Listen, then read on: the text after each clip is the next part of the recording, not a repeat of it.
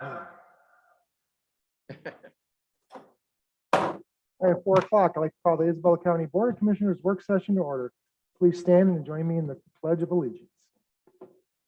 I pledge allegiance To the flag of the United States of America and to the republic for which it stands, one nation, under God, indivisible, with liberty and justice for all. Clerk Clucks, Whitman, roll call, please. Here. Here. Here. Here. Present. Here. Here. Thank you, Clerk Lux. We have perfect attendance for this tonight with the Board of Commissioners on this work session. Next up, approval of the agenda. We have general public comments. Under presentations and special reports, we have the Isabella County Administrator Controller Report. Next up, appointments to boards and commissions. We have nothing listed. That brings us to committee reports. Finance and Administration Committee. Finance and Administration is all set, Mr. Chairman. Thank you. We have nothing under Criminal Justice and County Affairs this evening, which brings us to Human Resources and Public Works Committee. Human Resources and Public Works Committee is all set, Mr. Chair. Thank you. It drops down next to Intergovernmental Affairs. Vice Chairman Hope, do you have anything under Intergovernmental Affairs this evening? Not today, Mr. Chairman. Thank you. That brings us on to Administrator Controller, which we have nothing. We have nothing under unfinished business. We have no new business. Brings us to general public comments, announcements, and then the board after the announcements will go into closed session. And that'll bring us to our adjournment if we come out of closed session. Does any commissioners wish to add anything to the agenda? Hearing and seeing none, if I could get a motion and support to approve the agenda. So move, Marino. Support. Motion and support to approve the agenda. Any further discussion? Hearing and seeing none, all in favor say aye. Aye. Opposed, the same. We have an agenda for the evening. Next up brings us to general public comments. Comments will be limited to 3 minutes. Anybody that's wishing to speak, if they would, please give their name and address also. First up, the live audience. Anybody in the live audience wish to speak? We don't have a mad rush to the counter, so I'll turn to Nicole over on the virtual side. Nicole, do we have anybody for the virtual?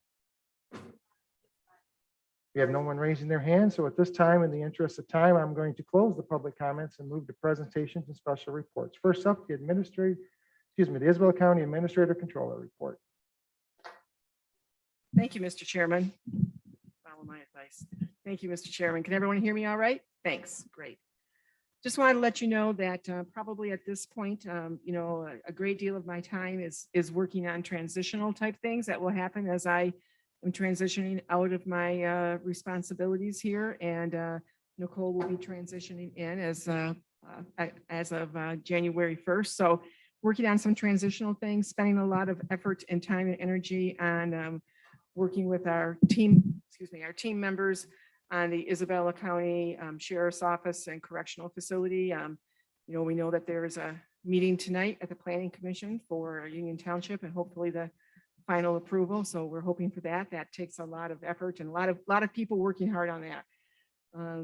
Provided administrative support for the administrator controller search to the ad hoc committee, which also was a lot of responsibility in making sure that things were done there. I also want to I always try to recognize team members, and sometimes when I do that, I leave somebody really important out.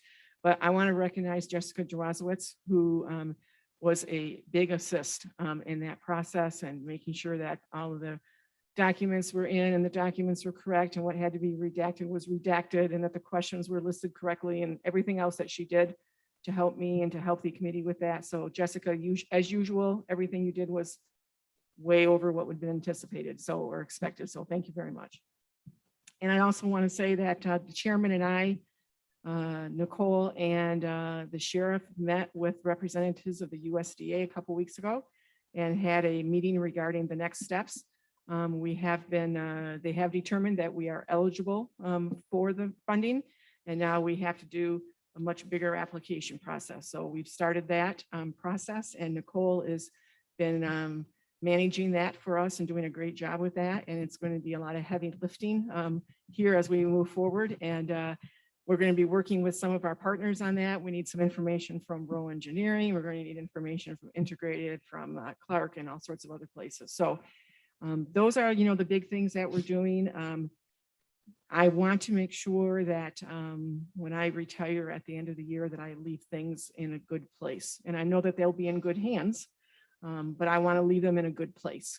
So there's a lot of opportunity to be doing that. And I don't want to do that too soon, because I don't want to, just become that person over here in the corner. So working hard on what that transition plan is going to be. Nicole doesn't know, but I started a legal pad full of things about 2 months ago. So the list is getting longer and longer, and I'll be working closely with her probably in December to work towards some closures on things. So I would say those are the highlights of what I've been doing recently. Well, thank you. Any comments for the administrator controller? Hearing and seeing none, that'll move us down to our next our appointments and boards commissions where we have no activity. Brings us to item number 7, committee reports. First up, Finance and Administration Committee. Thank you, Mr. Chairman. Item number 1, consider ratifying and placing on file the October 1st, 2021 invoice list in the amount of $126,886.45. The October 8th, 2021 invoice list in the amount of $426,418.56. And the adjustment list dated October 14th, 2021.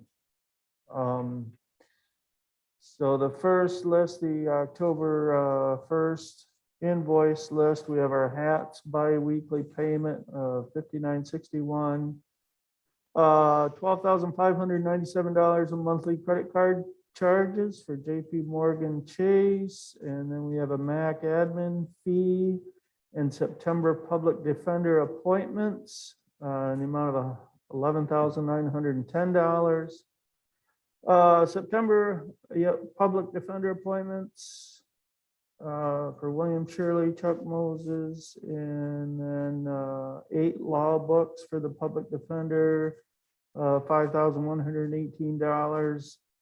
Our quarterly monument replacement fees for the Register of Deeds in the amount of $10,094.28 to the state of Michigan. And Central Square Technologies, $5,567.47 for CAD export software upgrade from the fiscal year 2021 capital budget for the sheriff's office. The next list from October 8th, we have East Michigan Council of Governments, our annual membership fee in the amount of $7,000. Our Verizon wireless bill, the amount of $8,241.80. Edward W. Sparrow Hospital, our August medical examiner contract, and then also our September medical examiner contract. Both of those $11,873.50. State of Michigan September Circuit Court transmittals in the amount of $10,754. Venture Insurance Services bond forfeiture in the amount of $5,000. Secure Alarm Systems quarterly security system agreement in the amount of $7,749. Procom equipment for new patrol vehicle, $10,119. Right Express FSC monthly gas credit card charges for the sheriff's department in the amount of $5,590. Wellpath LLC, $35,593 for November medical services contract for the sheriff's department. And then Mount Pleasant Hotels LLC, $83,720. Michigan Tax Tribunal lowered 2020 taxable value. State of Michigan September District Court transmittals in the amount of $23,467. DNA Incorporated drug tests and supplies for the trial court, $5,733. And then our October day treatment contract with McBride Quality Care, the amount of $38,885. And also McBride Quality Care, one non-secure services in the amount of $18,883. And then the adjustment list, we have the early payment discount items that are added to that list: Gordon Food Service, Mount Pleasant Water Department. We have an invoice was increased due to an entry error of a couple dollars. A couple invoices voided and re-entered: Gilmore Township, Chippewa Township Treasurer. And then more Gordon Food Service. And then Rhonda Burke invoice decreased due to calculation error, and an invoice voided, already paid by credit card, Central Dispatch. Invoice decreased to $2.80, employees not eligible for jury fees, and then Consumers Energy early payment discount there. And that covers that. Any questions from any commissioners? The invoice list or the adjustment list? Okay, hearing none, that item will move forward to tonight's agenda. Our next item is consider approving the 2021 October apportionment report as presented by the Equalization Department. Did I see Pete behind me? Oh, there he is. Pete, very interesting. I'm glad I didn't have it last night. It'll probably put me to sleep, but I'm waiting for the cliff notes. It's quite a report. So let us tell us all about it. I will tell you what I can about it, about that.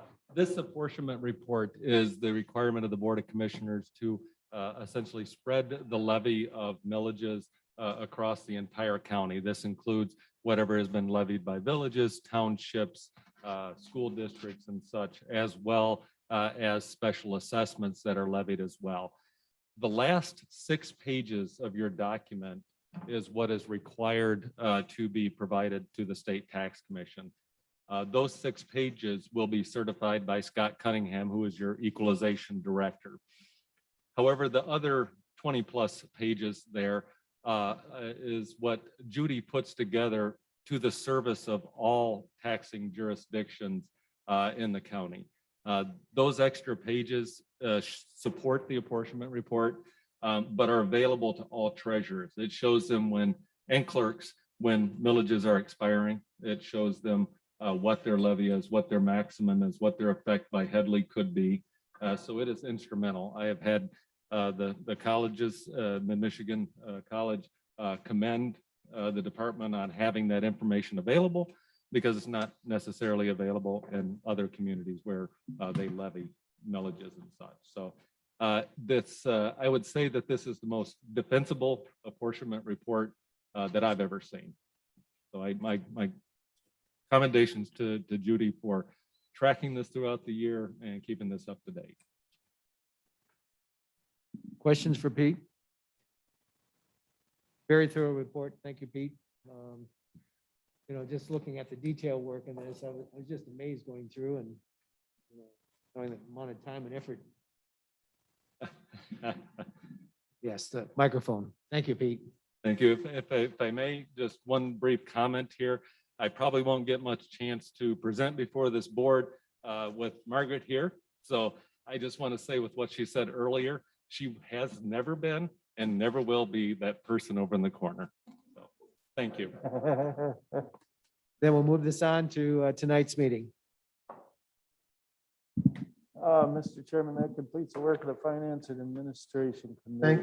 Thank you, gentlemen. Next up, Criminal Justice and County Affairs, which we have no business, which moves us to item C, Human Resources and Public Works Committee. Thank you, Mr. Chairman. Our first item is consider approving the Medicare Improvement for Patients and Providers Act, MIPA, Beneficiary Outreach and Assistance Purchase of Service Agreement between Michigan Medicare Medicaid Assistance Program, MAP, and Isabella County Commission on Aging, and authorize the board chair to sign the same. And we have Jennifer Crawford, Director of Commission on Aging, to further elaborate on this. Thank you. Thank you. So this purchase of service agreement allows our organization to provide assistance to older adults, completing the 2 different types of applications for Medicare subsidies that help them finance the Medicare Part D program.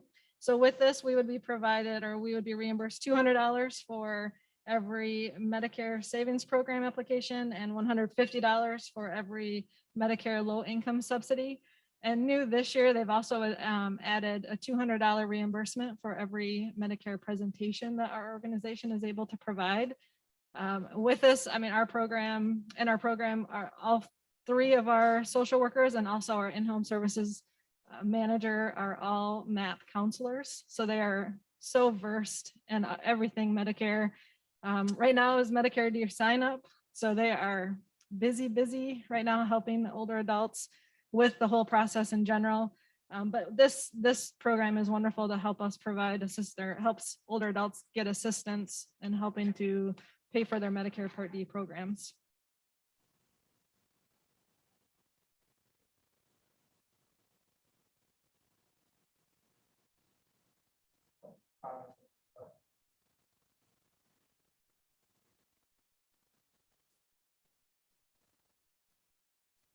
Thank you. Okay, for the second thing, we have consider approving and the following changes in county park fees. Increase residents camping rates at Coldwater and Herrick Park from $20 per night to $25 per night. Increase residents cabin rates at Coldwater and Herrick Park from $40 to $45 per night. Have annual watercraft fees for all guests be $10 change. Memorial parks from $250 to $500. Offer a free daily pass for disabled veterans showing a disabled veteran's ID card. And offer all veterans on Memorial Day, July 4th, Labor Day, and Veterans Day, all effective a free pass on those days on from October 19th, 2021 for the 2022 season. And gave us a report. And she's there. Bottom right. Oh, hi, Sue Ann. How you doing, Commissioner Hutchinson? Thank you. Each year, the Parks Board, the County Parks and Recreation Commission Board reviews the fees and charges as one of their duties as a Parks Commission.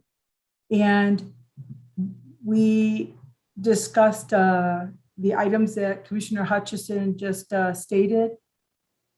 A few of the items, for example, the camping fee for the modern camping, we're recommending, or was approved at the last meeting, that to recommend to the Board of County Commissioners to consider having all of our campsite fees be one fee. And my recommendation to the Parks Board was to ask that our $20 fee and $25 fee be one fee. The $20 in the past, the fee has been for county residents, and the $25 fee was for all other visitors to the park. With our new online reservation system and looking at what other Parks and Recreation folks do when they bet it online, this system does not do well with a variety of fees, like 2 different fees for camping. And after review and going through a season with our new online system, just for streamlining the operations and really taking a good look at how we can move campers coming into the park quicker and not have the gate attendants be backed up, as well as we don't have a foolproof way that's very efficient to get their know who's a resident and who's a non-resident, and to consider having these fees be one fee, which would be, the recommendation is for camping to be $25 and cabins be $45. And at that time, cabins are $40 for Isabella County residents and $45 for all other folks. Our fees are considerably lower than many other campgrounds, particularly in our region. And we don't take raising fees at all lightly, but it's just been a really challenge for our staff and using the online system, like I just said. So that is one of the items that we're asking for the board to consider.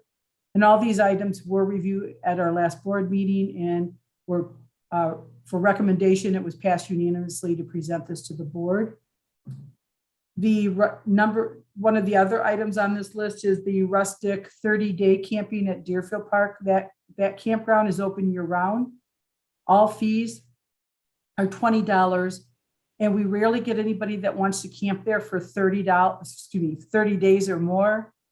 And in looking back on the history of this fee, which was during my tenure here, is we never had anything official that it would be it's a little bit over 20% off. It's like I said, as long as I've been here, I think 3 people have camped 30 days or more. It is truly a commitment. You're kind of a mile off the beaten path. There's no, utilities at all, except for there's a pump water station. So that was just confirming a 30-day fee at $400 just to clean that up. The item about the annual watercraft fees. Watercraft fees do not generate a large amount of revenue. It's $10 for folks that want to have an annual fee that are residents and $15 for non. So rather than making them all $15, I recommended that those fees be at $10 just to make it more affordable for people that might have multi watercraft that come into the park, but still maintain an annual sticker. And that's at Coldwater and Herrick Parks. We do not have a watercraft fee. If you recall, we took that off on the attachment it states. I don't have that, I'm sorry, right in front of me, but we did have a watercraft fee at Deerfield Park and Meridian, and it was just recommended at that time and approved. We took away that watercraft fee. But with the boat launches and the landings that we have at the 2 parks and people stay at those parks using the other amenities, I would like to recommend, or the board, I presented to the board to approve or make a recommendation to the Board of County Commissioners, of making that 1 fee as well. The 1 fee system, as you can tell, there's a trend here.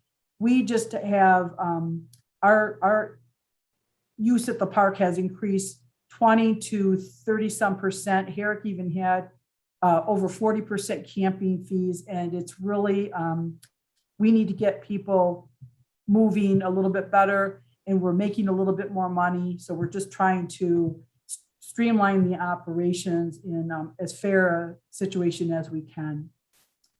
Number 4 on the list was the Memorial Bench program costs.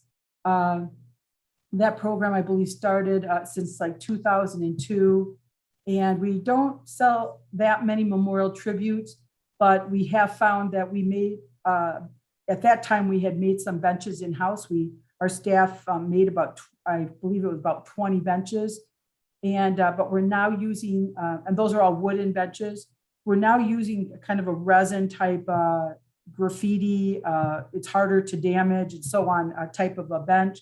And those are running a little bit over or around $500. So we'd like to just cover that cost a little bit. I didn't want to make it too high because, again, looking into what other people charge, and we don't sell that many benches at the county parks, looking to raise that fee to $500 to cover most of our costs on a memorial bench. And that does include the plaque, which I think is under $20. In regard to the daily park entry fee, discount or free entry was discussed, I know, at the board meeting, and I had been contacted by a couple of people regarding offering a discount to disabled veterans. And I did talk with our department head of the Veterans Affairs, Ian Welch, about this, and he gave me, letting me know that disabled veterans do have an ID card. So looking at that, it was presented to the Parks Board and recommended by them to the Board of County Commissioners to offer a free entry at the gate every time a disabled veteran just shows their ID card and they're set to go and enter any of our parks, obviously all of our parks, but the ones that have a fee, they would get a free entry into the parks. The last item, as Commissioner Hutchison just mentioned, it's also proposed that there's free entrance to all veterans on Memorial Day, July 4th, Labor Day, and Veterans Day. I know Veterans Day is during the winter, but we still have a gate attendant out at Deerfield Park. So that would also be something that they would have free entry on that day.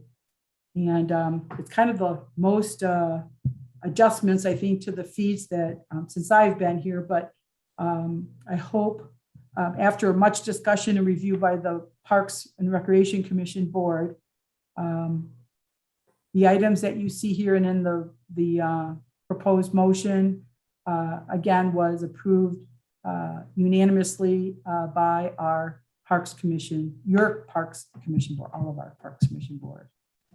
Don't those any question, that's kind of a mouthful, but that covers all the items that need to be addressed. Thank you, Sue Ann. Question, Jerry? Commissioner Yolens?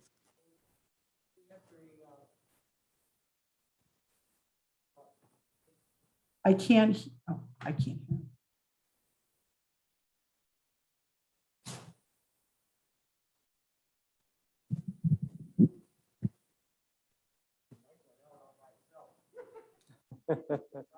And can you hear me now? Okay. It's even getting louder. So the free entry for veterans, is that for a veteran, it's 100% disabled, or is it for any veteran, regardless of percentage of disability? It's any veteran that has the disability card. Yeah, we're not going to do it's presented as if they have a DV ID card, disabled veteran ID card. Okay, so I'm looking at my disabled, and I'm a 40% disability. And I know when we first started hearing from some of the veterans that they were seeking a benefit for the 100% disabled. Because I know there's quite a few veterans that have a lesser disability. Mhm. But, and I don't know how many would take advantage of that, but just in case that was not a consideration, the card doesn't show a percentage of disability if you're looking at 100%. If you're looking at any veteran that's got a disability, yeah, that you can see the VA card, and that would be sufficient, but otherwise they may have to have some other documentation. Well, my understanding, Commissioner Jazinski, was that by Ian, it would say on there that they were a disabled veteran, percentage or not. And we did not discuss that. I think Commissioner Engler might want to speak to that, but That would be correct then.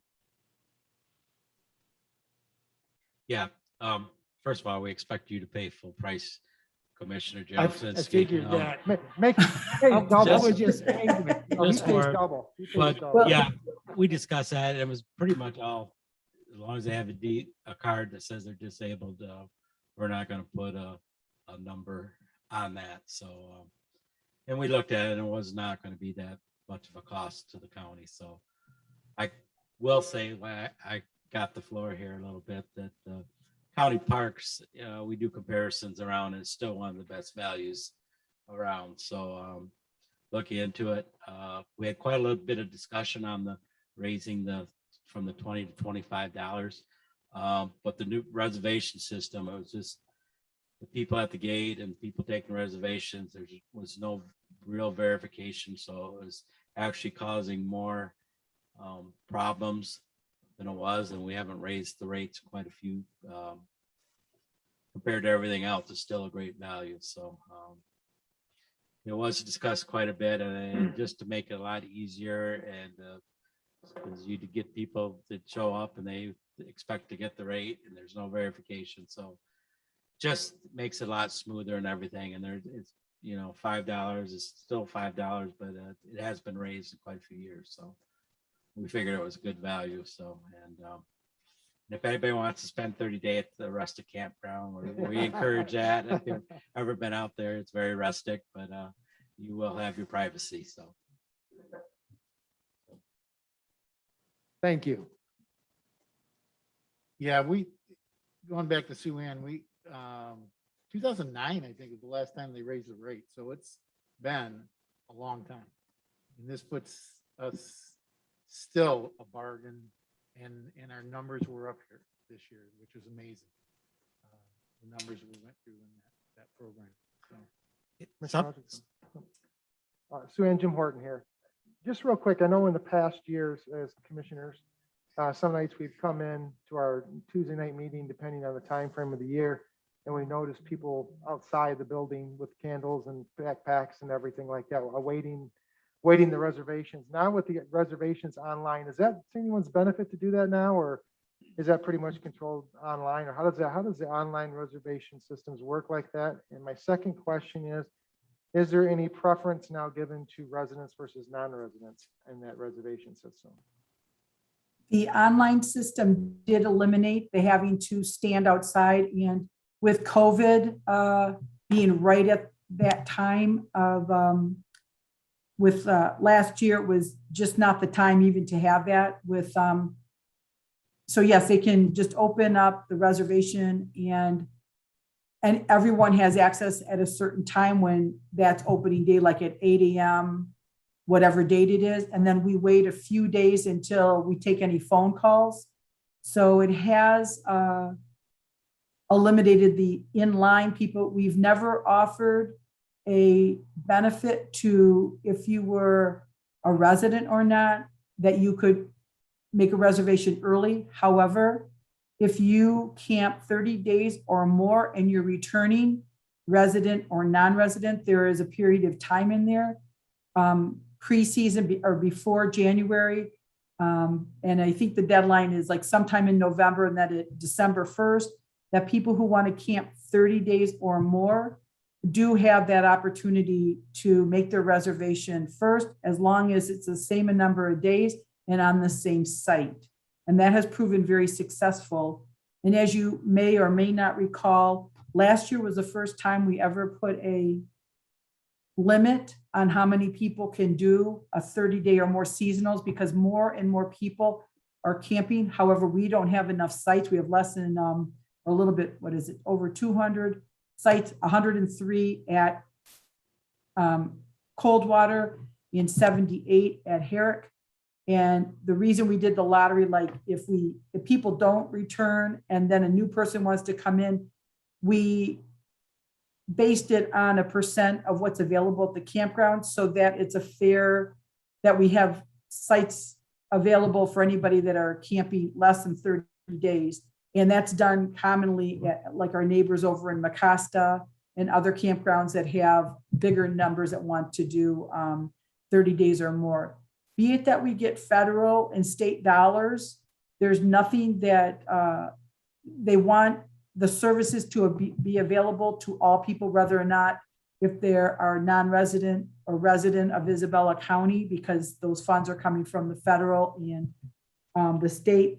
And it's got to be a reasonable service. And so we've just come up with what the reasonable service is based on what other people were doing in our industry. So it's changed a lot, but nothing determines that there should be, I mean, we don't do anything that residents can, it opens it up first for them to make reservations. With the online system, we can't distinguish between them. We could have one person, which people do now. I mean, this is one of the things, and it's kind of out of the new online system, is if I'm making a reservation for me and 5 of my friends, to do that, the way the system is set up is that those 5 friends, I should only be able to do the residents.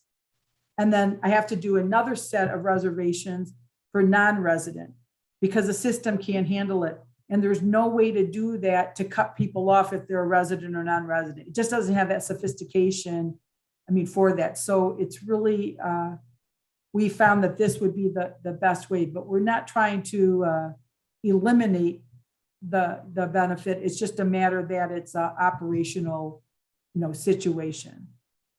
They still get the benefit of an annual sticker for residents and a non-resident sticker. Those are $25 for residents, $35 for non. But unfortunately, what it's doing is just changing it to make it all one price, which has been discussed. But it's a good question, but our system's not a way, it can't distinguish that I'm just putting everybody down as a resident, and until they check in, that's where the problem starts, because then we ask for their proof of insurance, which says their county, and then we've got this nice gate attendant, be it if they're 20 years old or semi-retired, and it's just not a comfortable situation for folks when they're coming in, and it causes some bigger problems out at the park. More than we realized it would over the years, so. Thank you very much. You bet. Go ahead, Mr. Hutchinson. Hey, anybody have any other questions? Looking forward, we'll move this to tonight's regular meeting. Thank you.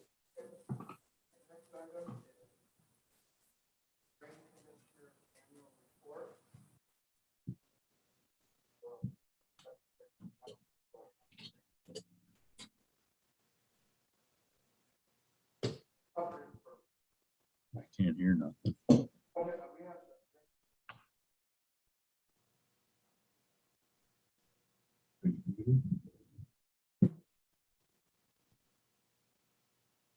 Drain Commissioner Willoughby, if you want to go ahead and say something about your annual report, go ahead. I couldn't hear anything there for a minute. I can hear you fine now. It's if you've got it in front of you, we got a lot of stuff going on right now. It's I think we ended up almost 3 million in there. Bottom lines, you had, at the work session, you mentioned how much was spent by the county and how much was spent by others. Pardon, what was that? Bottom line, how much was spent by the county for this and how much by others? It depends on which Bottom line. which role you're in. Do we have a amount directly for the county? I think she does, but I'm not sure. Yeah, I don't know which line it would be on this thing. But every drain the county has an at-large assessment, and each township and then the landowners. I don't know what the county's total ends up being every year. No,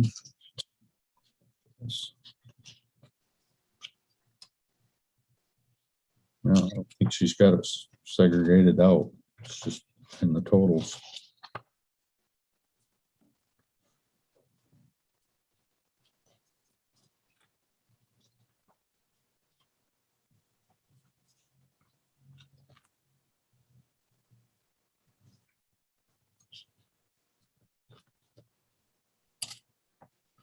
Do any commissioners have any questions at this time? I know it's a big report. I know we had this discussion in committee. I think the three big things that stand out for myself in the final totals are what the townships are charged for the at-large amount, which is $151,746.77. The county at large on their drain assessments run at $360,772.85. Yep. But I couldn't readily see, but Commissioner Willoughby explained it, is that the individual tax statements, tax assessments total roughly almost close to $1 million. Yes, almost 3 million. $970,436, and overall total for the drain assessments in the county looks like it's $1,566,627.12. So that's just the assessments. That's not the projects. That's the assessment. So as you can see, there's quite a lot of work, quite a lot of collecting involved and everything. So it's a daunting task, and you're not anybody's friend by collecting money that way, probably. So, No. so that's all, Chairman Moreno. Thank you. That's what I was getting at with my question. Okay. Just a couple things that drain construction was completed during the year for the wind turbine construction, affecting the drain completed with the Apex And these are some of the bigger things, but drain under construction right now, the Little Tobacco Intercounty Drain, Mission Creek Drain, the Bill City Sewer Project. I guess that's the one question in my area. When, what type of timeline is like that sewer system on, and if you have a finished date yet? I know it's supposed to be in operation by January 1st, or they have to start paying a fine. As far as anything, I mean, I'm not involved in that. That's the township and Nottawa Township and Pete Lorenz and the contractor. I just work with them. That's the same dates I'm getting to, so thank you. Anybody, do you have any other questions or comments at this time? Seeing and hearing none, this will be on the agenda for tonight. Okay, number 4, consider adopting the 2021 drain tax apportionment for Isabel County tax billing.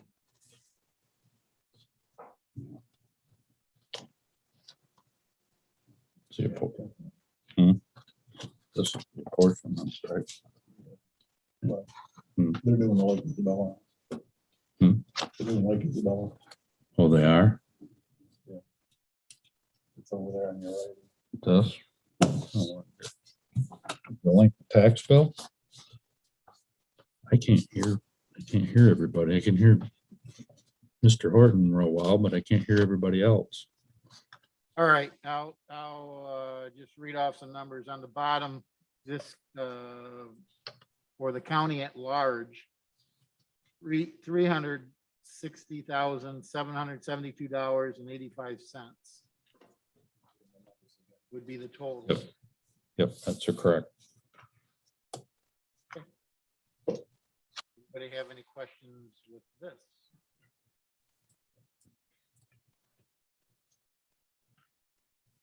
Looking, seeing none, we'll move this forward to tonight's meeting. Okay, our next item is Great Lakes Bay, Michigan Works interlocal agreement. Hold up, this is To delinquent water bills. the. Oh, okay, I see it. Consider approving the delinquent water billing roll as submitted by the Board of Public Works, which constitutes delinquent service charges of 6 months or more as of September 1st, 2021 for properties within Lake Isabella Forest Number 2 subdivision, Village of Lake Isabella, Township of Sherman, County of Isabella, State of Michigan, and thereby constitutes a lien on the property as provided by the County of Isabella Ordinance 1, 1975 as amended. Do speak a few words about this, Drain Commissioner Wilby? Yeah. The dollar amount has gotten significantly higher. It's more than doubled as on our delinquent bill. Like last year was $40-some hundred, and we're up to $11,841.76 in delinquent tax or delinquent water bills out there. Users if we can pay the moratorium. Yeah, because of the moratorium, they didn't pay. They steadily are coming in here and there and getting caught. Some of them are getting caught back up, but I say it's gotten quite a bit larger than it has been previously. And Any some questions? people don't even live there, right? They just Correct. site. About half, probably over half the lots have a ready-to-use fee, and some people they catch up on them so they don't lose it to taxes, but they're behind. And then there's some of the users that get way behind. Anybody ever had any questions or comments? Do most of the residents that have delinquent fee eventually pay up the amount that they owe in their taxes? Yes, well, it gets turned over and gets put on their if they get on, put on the delinquent tax roll.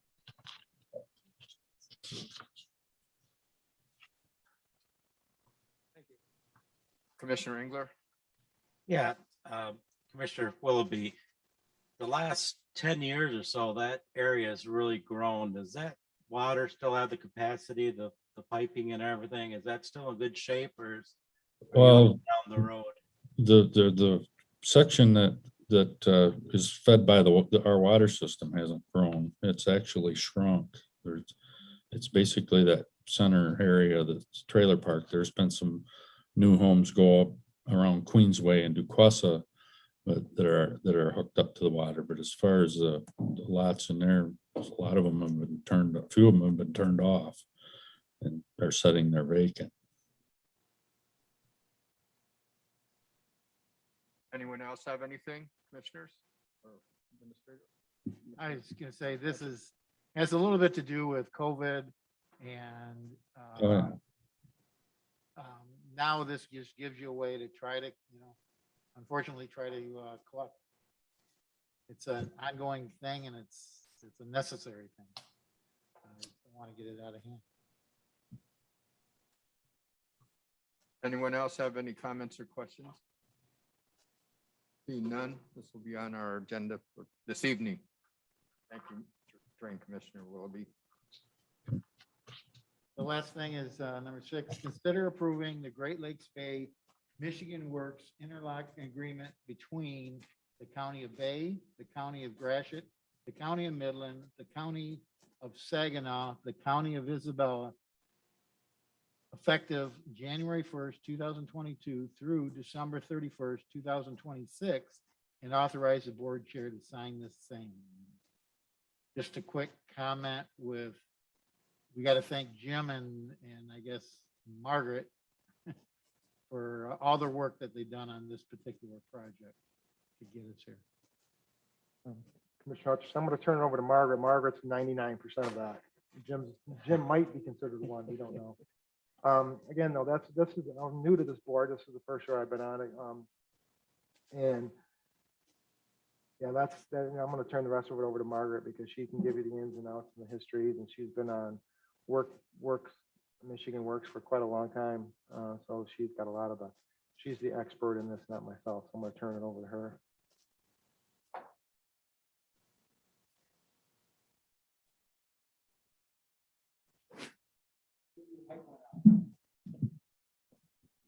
I don't see a green button on. Hello, There you go. there you it go. is. Just when you got up and was jogging up, Michelle, I'm sorry. I don't know. It just turned itself off, but thank you, Commissioner. Good point.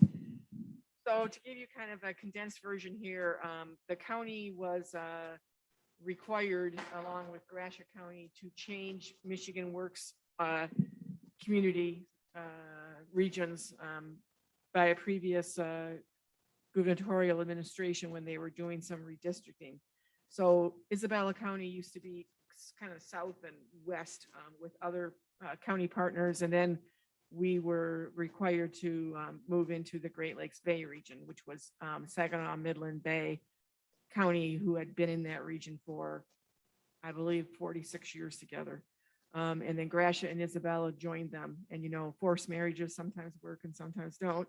But frankly, it was a great opportunity to meet a new group of other county officials and work with other county commissioners and somewhat with the elected executive for Bay County and certainly with the Saginaw County Controller. So moving forward, eventually the Board of Commissioners entered into an agreement here in August of 2026. October was when we signed it at this end to enter into this local governmental agreement, which kind of was what joined the 5 of us together. And it had, certainly, there were new people to learn and new people to meet and ways to do things. And we kind of moved in and that was under, former Chairman Green was on that committee, as was I, and now Commissioner Chairman Horton is. And so there are 2 different bodies of Michigan Works in the Great Lakes Bay. There's a consortium board, which is made up of the chief elected officials and or their administrators, controllers. In this plan that we have, There are different numbers of representations on the board depending on the size of the community and the county. Isabella County has 2 seats on the consortium board. It's Chairman Horton and myself. There's representatives of Saginaw County Commissioners, Bay County, all of the counties. And so when we were moving forward and looking at, this was going to expire and what were we going to do, there was I'm going to use the word movement to try to transfer the whole organization into a private nonprofit 501c3. And there is a problem with that from the public entity's viewpoint. And the problem with that is that if there are disallowed costs in this program, and once we've tried to resolve it, and once we've tried to collect it, and once we've done everything else, sooner or later, if the federal government disallows the costs, those costs have to be paid back from the general fund of the counties. So of course, that's a top priority for Chairman Horton and I to make sure that, first of all, that doesn't happen. And second of all, that if something were to happen, that the entities that have the responsibility and the liability for that ought to maintain some authority. And so although it's a collaboration and the Workforce Development Board has wonderful people on it, and they're representatives of certain areas that are required by the federal legislation. So there's private sector folks, there's representatives from labor, education, all sorts of entities, rehabilitation entities, et cetera. And they're a great group of people. But we've been working on an agreement all year long, I would say. And maybe the last month, there was an agreement that came before the consortium board and the executive committee. And there was a phrase added that took the workforce development board and put them into the same category as the consortium board, which was that they would have the same authority as the consortium board, which is made up of the counties folks. However, they will never have the same liability. So I made a comment at that meeting that I just didn't think that was in the best interest of the municipal partners, which were the counties, the 5 counties, and that I just wasn't going to support that. And I didn't think it was a great plan. And then as that discussion rolled forward, let me just say this, that the vote was not close. And so that item information was struck. And now what you have is the original agreement, basically, that was signed in 2016 with that information taken out. So we're not going to transition to a 501c3, and we are not going to have equitable footing with authority and responsibility with those folks who don't have a liability. So it's been a bit of a challenge and a bit of a journey, but we got there, and all of the boards of commissioners are going to be hopefully approving this agreement. Thank you very much. You're welcome. Anybody have any questions? Looking and seeing none, we'll move that to tonight's regular meeting. With that, that closes the work of the Human Resources and Public Works Committee, Mr. Chairman. Thank you, gentlemen. Next up, intergovernmental affairs, we have no activity. We have nothing under E, administrator controller reports, which brings us to item 8, unfinished business. We have no actions. Under item 9, we have new business. We have no actions, which brings us to item number 10, general public comments. I'll state that the comments are limited to 3 minutes or less, and the person who speaks, please give their name and address. First up into the general public live. Anybody in the live audience? Seeing and hearing nobody make their way to the podium. Nicole, is there anybody in the virtual room? Okay, no one raises their hand in the virtual room, so I will then close general public comment and move to announcements. Commissioners, any announcements? Commissioner Jelezinski. I attended the Northern Michigan Counties Association meeting yesterday and had a real good program on PFAS, the very persistent chemicals in our food and water supply. Apparently you get these chemicals, they're very long-lived and they're hard to destroy. I think it takes 2,000 degrees of heat to destroy PFAS. But the biggest areas of concern are around airports, because they use firefighting foam, type B, that has a lot of this in, and also landfills. So You can get your residential water tested, and I don't have that information yet. There was a very good program that was presented, and if I get the slides, I will pass that on to the commissioners. I think the test is like $90, but what was brought up was that there's still there was no action at that time, known action on the federal level to govern PFAS in products, because you use it as fire retardant and clothing and carpeting and the like. And there's no mandatory testing requirement, I think, even for municipal water supplies, although they've done a study and have identified some of the hotspots throughout the state. And this slide will give you a link that you can see where those hotspots are. And we'll also give you information on where you can get your residential well tested. It's like $90.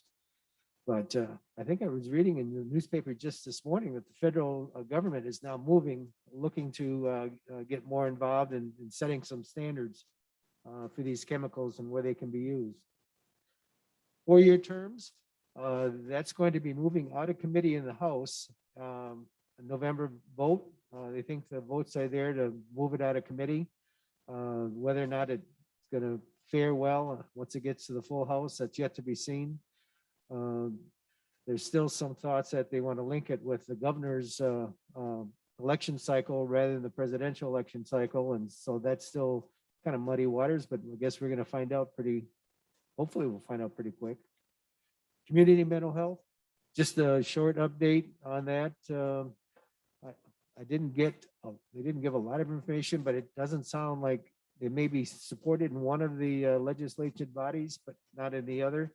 But one comment that was made was one of the, I don't know if it was the House or Senate, one of the people that was very much in favor of privatization of the community mental health didn't realize that we're going to lose local control, and was surprised to hear that. So it was suggested that we do contact our own legislators and make sure they understand that as we go to meetings and rub shoulders with these people. I think we need to be vocal about that. I know I can be vocal, and I will do that. That's a report I have from Northern Michigan Counties Association. Thank you, Commissioner Jazinski. Any other commissioners? Just real quick from myself, I will not be attending the 7 p.m. meeting tonight. Vice Chairman Hope's going to take over the gavel on that. I will instead be attending by virtual the Planning Commission at Union Township. And I think it's very important that the townships, that the county is represented. This is the final site plan approval for the jail, for the Sheriff's Department Correctional Facility tonight. And I think it's very important that we're in attendance. So if I'm missing, that's why. So Vice Chairman Hope will do a great job, and I'm sure he's looking forward to that. Let's see here. Really, that's, I've emphasized before when this year and next year, the Sheriff's Department Correctional Facility is pretty much my principal goal. I mean, that is the largest project that we've had in front of this county in a long time, if not the largest project, other than the turbines, obviously. But this is one step closer to putting shovels in the ground, moving dirt, getting buildings built up, and joining the Sheriff's Department and the correctional facility into this century. So, not that they don't already meet the standards, but this is a big project for this county. So, and with that, I'm going to close announcements. And if I could please get a motion and support, we're going to go into closed session. So moved, Marino.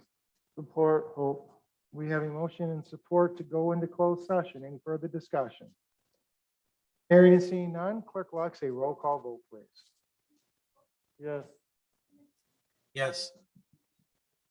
Yes. Yes. Yes. Yes. Yes. Okay, we will now be entering the closed session. We'll take a moment recess while we get everything turned off and people exit the room and everything, and Margaret will pass out. So I guess we don't got to recess, just stretch out a little bit, commissioners, if you like. Make sure you join. Margaret, let me join you. Margaret, I'm going to join you.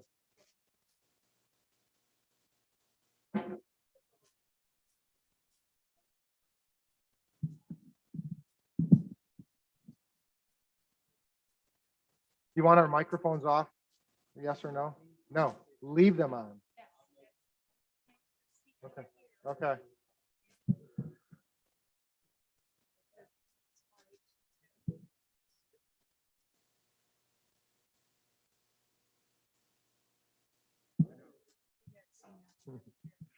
Yeah, make sure you hit them with Robert's Rules of Order every time. They probably going. 7 o'clock tonight. Yeah, it's virtual, so. I don't know, I think I thought they had something else on it, but we're primarily the biggest part of the packet, so. Hopefully it'll go smooth. I think there's 4 motions they got presented. One of the